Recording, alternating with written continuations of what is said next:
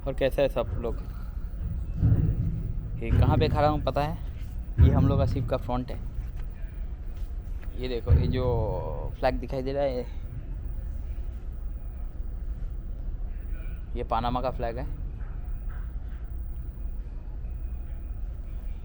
चलो, जगह बहुत ज़्यादा धूप है, थोड़ा अंदर जाके बात करता हूँ। कितना अच्छा देखने में लग रहा है। ये देखो, ये शिप का फ्रंट है, और जहाँ से शिप ऑपरेट होता है ना, वो देखो मेरा पीछे का जो हिस्सा दिखाई दे रहा है, ग्लास लगा हुआ है। ऊपर में देखो, ये हिस्सा है जिसको ब्रिज बोला जाता है, जहाँ से ऑपरेट होता है शिप। तो ऑपरेट कौन करता है पता है ना? एक कैप्टन रहता है और असिस्टेंट रहता है लगभग 5-7।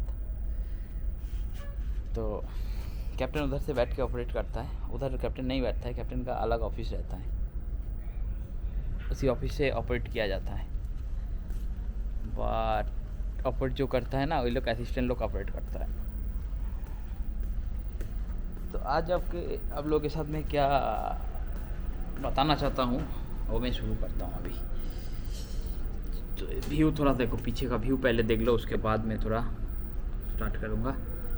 ये है पीछे का व्यू जहाँ से मैं वीडियो बना रहा था। ये सामने का जो लुक दिखाई दे रहा है ना, ये वही जगह है। और आप लोग अगर देखोगे तो थोड़ा सा जगह ऐसा भी है जहाँ से सेट किया हुआ है, और स्टाफ लोग का भी आके उधर बैठ के बात कर सकता है। और एक चीज़, ये देखो, एक बॉक्स दिखाई दे रहा है इधर। तो चलो इसको थोड़ा दिखाता हूँ, ये आप लोगों के लिए थोड़ा अच्छा लगेगा। ये बॉक्स को देखो, क्या लिखा है इधर, दिखाई दे रहा है? ये देखो क्या लिखा है। हाँ है ना, चल रहा है। हाँ, ये देखो इधर। तो शिप का जो गार्बेज सिस्टम होता है ऐसा होता है, सेग्रीगेटेड रहता है। समझ में आया ना? अच्छा चलो, बातें दूसरा करता हूँ।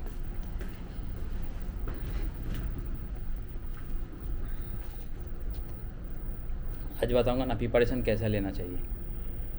प्रिपरेशन ये जो है ना, जब तक आपको सिलेक्शन नहीं हो जाए तब तक ये लगेगा बहुत ज़्यादा डिफ़िकल्ट है। बट एक बार अगर आपका सिलेक्शन हो गया तब ये लगेगा बहुत इजी एक प्रोसेस था। तो बेसिकली आपको क्या क्या देखना चाहिए, क्या करना चाहिए जब आपका सिलेक्शन नहीं होगा, किस किस बारे में आपको ध्यान रखना चाहिए। हमेशा जो भूल करता है ना, जो कैंडिडेट लोग क्या करता है ना, उसको सीवी बनाने में प्रॉब्लम होता है, दिक्कत होता है। मैं पिछले एक वीडियो में बताया था, सीवी में जो डिटेल्स आप डालोगे उसी डिटेल्स का आधार पे आपका इंटरव्यू होगा। और आप अगर थोड़ा सा भी सीवी में गलती कुछ किया, कुछ ज़्यादा नौटंकी किया, हम लोग का इंडियन जो कल्चर होता है ना, सीवी में हम लोग बहुत कुछ लिख देता हूँ और बाद में वो सब बातें ना भूल जाता हूँ क्या लिखा था उसमें।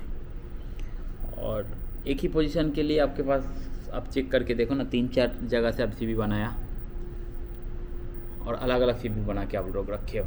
उसमें क्या होता है, उसमें आपका जो प्रॉब्लम होगा, जब आपका सिलेक्शन होगा उस टाइम आप सीवी का जो कंटेंट है वो भूल जाओगे, और आपका जो आंसर होगा वो दूसरा होगा जो आपका सीवी में नहीं है।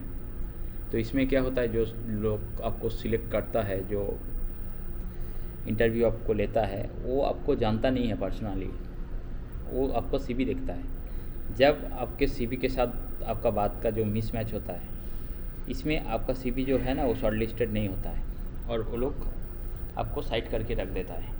कभी कभी ऐसा बहुत बंदा है जो एक्सपीरियंस बंदा है, बहुत एक्सपीरियंस है, बट उसका सीवी क्या है वो खुद को पता नहीं है, वो गलत सलत बोला है, तब उसको क्या होता है, शॉर्टलिस्टेड तो होता है बट उसका जो सीवी है ना वो होल्ड किया जाता है, होल्ड करके रख देता है, उसको पोजीशन नहीं दिया जाता है लॉन्ग टाइम। क्योंकि जो रिक्रूटर होता है वो लोग सोचता है इसको थोड़ा होल्ड करके रखता हूँ, अगर कैंडिडेट नहीं आएगा रिक्वायरमेंट वाइज तब उसको मैं हायर करूँगा, अदरवाइज़ हायर नहीं करेगा आपको। तो ये जो सब सिलसिला होते रहता है ना, बेसिकली सब चलते रहता है सीवी का ऊपर। हम लोग सोचते हो ना ये सीवी बहुत एक छोटा सा चीज़ है, कुछ भी बना दिया चलेगा, इन लोगों को तो पता नहीं है। हाँ, सच में इन लोगों को कुछ पता नहीं रहता है आपका बारे में, बट आप जो चीज़ इन लोगों के सामने शो कर रहे हो ना, वो आपके सीवी के जरिए कर रहे हो। तो सीवी इतना ज़्यादा इम्पोर्टेंट चीज़ होता है एक काम मिलने के लिए, ये हम लोग कभी दिमाग से सोचते नहीं है। इसलिए ज़्यादा से ज़्यादा टैलेंटेड बंदा भी रिजेक्ट हो जाता है। अच्छा, तो कोई भी काम आपको करने के लिए पहले जो स्टेप है, आपका सीवी प्रॉपर होना चाहिए, और सीवी का जो कॉपी है वो कॉपी आपका सामने रहना चाहिए जब आपका इंटरव्यू हो रहा है। उसी काम जो एप्लीकेशन आप डाले हो पिछले टाइम पे, उसी एप्लीकेशन पे आपका इंटरव्यू जब होगा, सेम सीवी आपका सामने होना चाहिए, सेम कंटेंट आपका मुंह में होना चाहिए। जो वो पूछ रहा है सीवी से आप देख के बताओ उसको। ऐसा अगर नहीं किए तो आपका शॉर्ट लिस्टेड होने का चांसेस बहुत कम है। आप अगर सही बात सीवी और आपका मुंह का मिला दिया तो आपका शॉर्ट लिस्टेड हो जाएगा, क्योंकि जो रिक्रूटर आपको रिक्रूट कर रहा है वो सीवी लेके बैठा है और सीवी देख के आपको क्वेश्चन कर रहा है, और आपका आंसर अगर गलत होगा तो आप गया। ये हो गया सीवी का सिलसिला। हाँ, बहुत बंदा ऐसा पूछते रहता है, भाई शिप में आने के लिए हमको जो मिनिमम एजुकेशन है क्या होना चाहिए। देखो, शिप किसी के पास कोई भी एजुकेशन का पेपर नहीं मांगता है, बट शिप का जो प्रोसेस होता है ना, एक गवर्नमेंट प्रोसेस होता है। आपका कुछ पेपर अपलोड करना पड़ता है। हर एक कंपनी का अलग अलग पोर्टल रहता है, उस पोर्टल में आपको आपका जो गवर्नमेंट पेपर है वो सबमिट करना पड़ता है। कोई शिप कंपनी में आपका एजुकेशन सर्टिफिकेट नहीं मांगता है। बहुत सारा बंदा बोलता है क्या भाई मैं तो डिग्री किया हूँ, डिप्लोमा किया हूँ। इसमें कुछ फ़र्क नहीं पड़ता है, क्योंकि ये लोग आपको डिग्री डिप्लोमा का सर्टिफिकेट नहीं मांगता है। कभी भी कोई भी कंपनी नहीं मांगता है। तो कब मांगता है डिप्लोमा डिग्री का सर्टिफिकेट? मांगता है जब आप काम के लिए अप्लाई करोगे, उसी टाइम मांगता है। बट शिप में जब आप ज्वाइन करोगे ना, उस टाइम कुछ नहीं मांगता है। जब आप कोई पोर्टल में एप्लीकेशन डाल के रखे हो कोई पोजीशन के लिए, तब ये लोग मांगता है आपका डिप्लोमा डिग्री का सर्टिफिकेट, अदरवाइज़ नहीं मांगता है। तो शिप में आने के लिए आपको क्या क्या करना चाहिए? आपको अच्छा सा एक सीवी बनाना चाहिए, ठीक है, आपका एक्सपीरियंस वाइज। उसके बाद हर एक शिप के लिए सीडीसी बनाना ज़रूरी है। सीडीसी क्या है? Continuous discharge certificate. इसको बनाने के लिए आपके पास मिनिमम 10th पास सर्टिफिकेट होना चाहिए, वैलिड। कोई मैनिपुलेट सर्टिफिकेट होने से नहीं होता है, उसमें आपका सीडीसी रिजेक्ट होगा। सीडीसी अप्रूव कौन करता है? सीडीसी अप्रूव करता है गवर्नमेंट ऑफ इंडिया। आप जिस देश का नागरिक हो उसी देश का सीडीसी बनता है। सीडीसी की छोड़ के भी आपको और एक गवर्नमेंट पेपर चाहिए जिसका नाम बोला जाता है SID, सीफेयर आइडेंटिटी डॉक्यूमेंट। ये भी कोई ना कोई गवर्नमेंट आपको इशू करता है। बोले तो आपका देश का जो गवर्नमेंट है वो इशू करेगा। तो ये सब दोनों पेपर के लिए आपका सर्टिफिकेट होना चाहिए वैलिड, और किसी पेपर के लिए आपका वैलिड सर्टिफिकेट का ज़रूरत नहीं है। रिक्रूटर जब आपको क्वेश्चन करेगा कुछ भी, आपको आंसर देना पड़ेगा, और उसी टाइम वो पूछ सकता है आप कौन सा इंस्टीट्यूट से पास किए हो, क्या है। बट ये भी नहीं पूछता है वो लोग, क्योंकि उतना ज़्यादा उन लोगों के पास टाइम नहीं रहता है। काम के बारे में पूछता है, बस इतना ही तो हो गया। आपको फिजिकली फिट होना चाहिए। फिजिकली फिट बोले तो क्या है पता है ना? आपका हाइट सही होना चाहिए, 5 फीट का ऊपर होना चाहिए। आपका हेल्थ एकदम सही रहना चाहिए, तगड़ा होना चाहिए, क्योंकि आप पानी में काम करने आ रहे हो। पानी का जो लाइफ है और बाहर का लाइफ है दूसरा लाइफ है, समझ में आया? पानी में जब आप 1 सप्ताह ज्वाइन करोगे ना फर्स्ट असाइनमेंट पे, आपका एकदम बुखार लगा हुआ रहेगा। पानी का जो इन्वायरमेंट है एकदम अलग है, ये आपका बॉडी के साथ सूट नहीं करेगा। पानी हिलते रहता है, आपका बॉडी 24 आवर्स हिलेगा ऐसा करके। आप कभी खड़ा होकर काम करना पड़ेगा उस टाइम, बट ये जो है बहुत डिफ़िकल्ट होता है खड़ा होकर रहना। इसको बोलता है सी लेग बोला जाता है, जो ऐसा पानी हिल रहा है आप खड़े हो, बहुत कुछ चैलेंजेस रहता है। तो इसलिए आपका फिजिकली फिट होना ज़रूरी है। आपको 25 kg जो वेट है उसको उठाने का क्षमता रहना चाहिए। हर एक शिपिंग कंपनी देखते रहता है 25 kg आप उठा सकते हो क्या नहीं है। आपका जो टीथ है वेल कंडीशन होना चाहिए, आपका जो आँख है ये वेल कंडीशन होना चाहिए, देखना चाहिए सही से क्लियर। उसके बाद आपका जो ब्लड प्रेशर है नॉर्मल रहना चाहिए, HIV नहीं रहना चाहिए। तो ये सब चीज़ मेडिकल फिटनेस जब आपका टेस्ट किया जाता है तभी ये लोग चेक कर लेता है। और ये लोग कहाँ से चेक करता है? ये लोग का खुद का एजेंसी आपका सिटी में रहता है। आप जिस सिटी में हो उसी सिटी में हर एक कंपनी, हर एक शिपिंग कंपनी का मेडिकल है, उधर जाके आप कर सकते हो। ये आपका जब रिक्रूटमेंट हो जाता है ना, उस टाइम ये लोग लिस्ट भेजता है मेडिकल करने के लिए लास्ट में, तभी आप लिस्ट लेके लिस्ट देख के मेडिकल बना सकते हो। हर एक कंपनी का अलग अलग मेडिकल खर्चा रहता है। मेडिकल बनाने में आपका खर्चा होगा 4,500 से लेकर 10,000 तक। अलग अलग कंपनी के लिए अलग अलग मेडिकल, अलग अलग प्राइस होता है। एक CDC बनाने का खर्चा होता है 700 रुपया इंडियन कॉस्ट। आप अगर थोड़ा और करना चाहते हो तो कर भी सकता है, 1,000-1,200 लग जाएगा। एक SID बनाने में खर्चा लगता है 300 रुपया। और कुछ ऐसा कंसल्टेंसी चार्ज, ऐसा चार्ज, वैसा चार्ज, हिडन चार्ज कुछ भी नहीं लगता है। मेडिकल करने का खर्चा लगता है, SID बनाने का खर्चा लगता है, CDC बनाने का खर्चा लगता है। और हर एक शिपिंग कंपनी में कभी भी आप लोग इंटरव्यू दो तो आपको एक शिपिंग कोर्स जो होता है ना उसको करना चाहिए, जिसका नाम है STCW।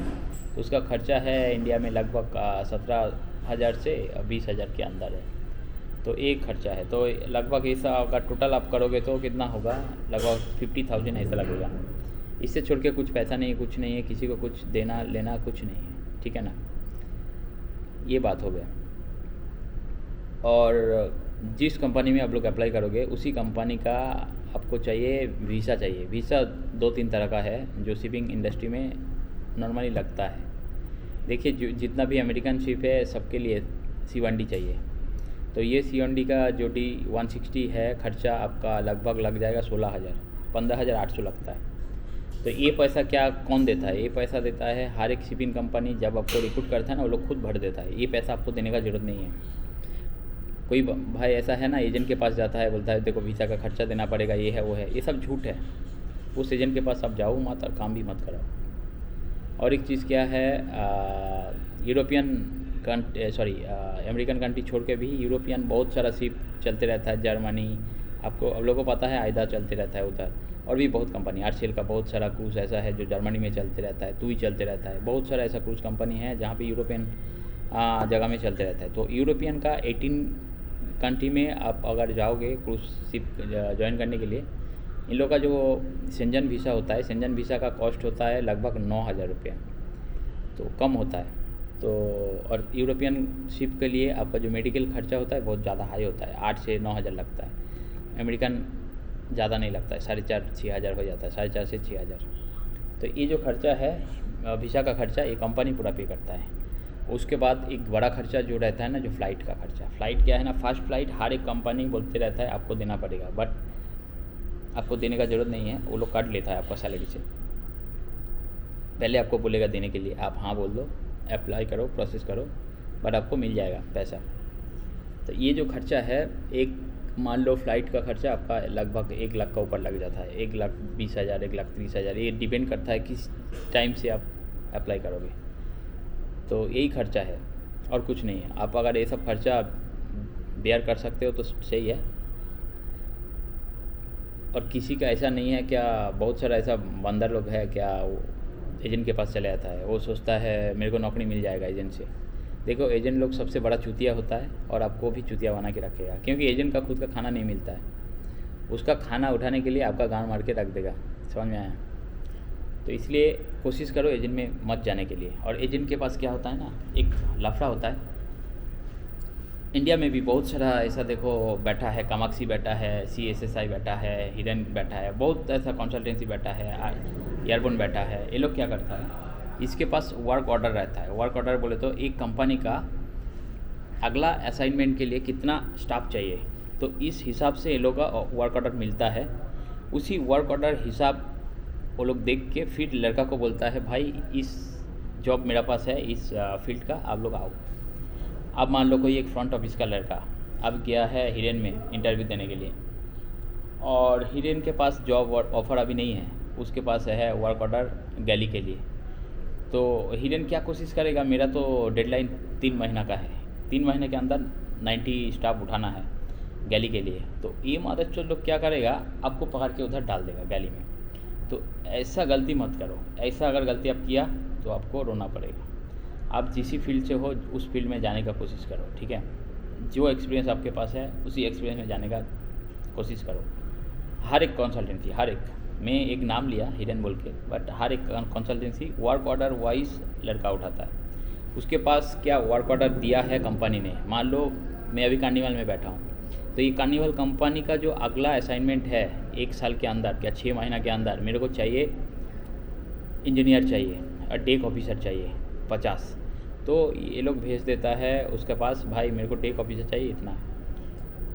तो कंसल्टेंसी वाला वो आपको देखेगा नहीं आपका क्या है नहीं है, वो थोड़ा डिलीट करेगा, हाँ इसके पास थोड़ा बहुत एक्सपीरियंस है, इसको घुसा दो अंदर, तुम आके इधर रोते रहोगे बाद में।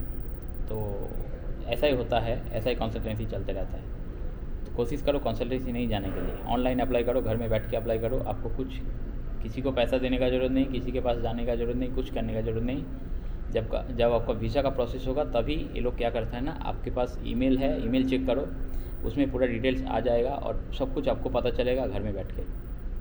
आपका खुद का जो एक्सपीरियंस है जिस डिपार्टमेंट का है उसी डिपार्टमेंट में जाने का कोशिश करो। दूसरा डिपार्टमेंट में आने के बाद रोगे, अच्छा नहीं लगेगा, क्योंकि ऐसा होता है ना, वो मेंटली सेटिस्फेक्शन नहीं मिलेगा आपको काम करने के बाद। फिर आपको लगेगा मैं किस चूतिया बन गया। तो ऐसा चूतिया मत बनो। चूतिया बनने का पहले सोच लो मैं क्यों चूतिया बन रहा हूँ। बहुत बंदा ऐसा है शिप में आने के बाद रोते रहता है। मैं जब फर्स्ट टाइम शिप में आया था कुछ साल पहले, मैं बोला था एक कहानी, गैली स्टुअर्ड में काम कर रहा है, बहुत अच्छा लड़का जो डिग्री करके बैठा है। तो हम ऐसा चूतिया नहीं देखा हूँ। जब इधर आके शिप में मैं मिला, हम बोला मादरचोद लोग क्या कर रहे हैं इधर, देखो गैली में आके यूटिलिटी का काम कर रहा है। यूटिलिटी पता है ना आप लोगों को, सबसे चूतिया वाला काम होता है। इन लोगों का 24 आवर्स अगर दिया जाता है ना, 24 आवर्स में भी उसका काम ख़त्म नहीं हुआ, इतना हार्ड काम हो रहता है।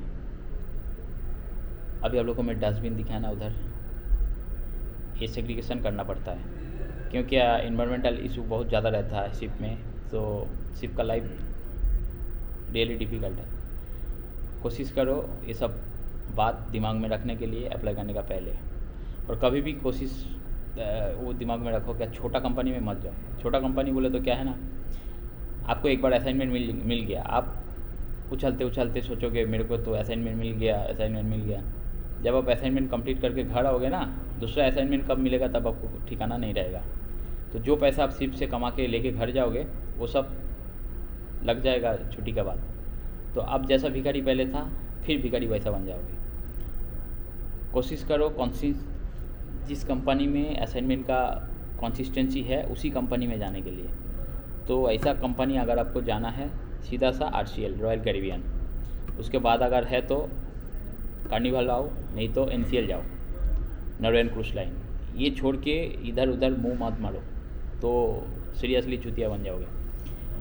बहुत सारा ऐसा क्रूज़ कंपनी है, बहुत अच्छा सैलरी देता है। आप लोग सोचोगे हाँ वो तो मेरे को 1300 सैलरी दे रहा है। अबे सैलरी इसलिए दे रहा है, उसके पास स्टाफ नहीं मिल रहा है, इसलिए सैलरी तेरे को दे रहा है। जिस कंपनी का स्टाफ अवेलेबल है वो कभी सैलरी ज़्यादा ऑफ़र नहीं करता है, उसको पता है चूतिया लोग आएगा मेरा पास।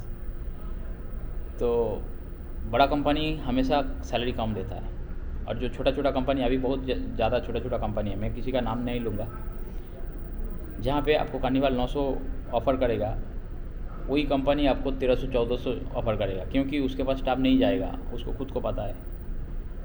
तो सैलरी का जब लालच आपको एक लेबर को सैलरी का लालच देगा ना, लेबर क्या देखता है, पैसा देखता है, ये मेरे को इतना पैसा मिल रहा है, वो पटक से उसको ग्रैब करेगा, जाएगा।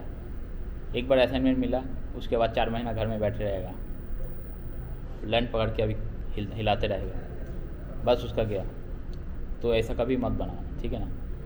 असाइनमेंट लेने का पहले थोड़ा सोचो मैं कहाँ जा रहा हूँ और क्या कर रहा हूँ। हर चीज़ देखने में अच्छा नहीं होता है, ख़राब होता है देखने में, बट जो ख़राब देखने में होता है ना उसका कंसिस्टेंसी रहता है। आज के लिए इतना ही, बाद में फिर मिलता हूँ, चलो बाय।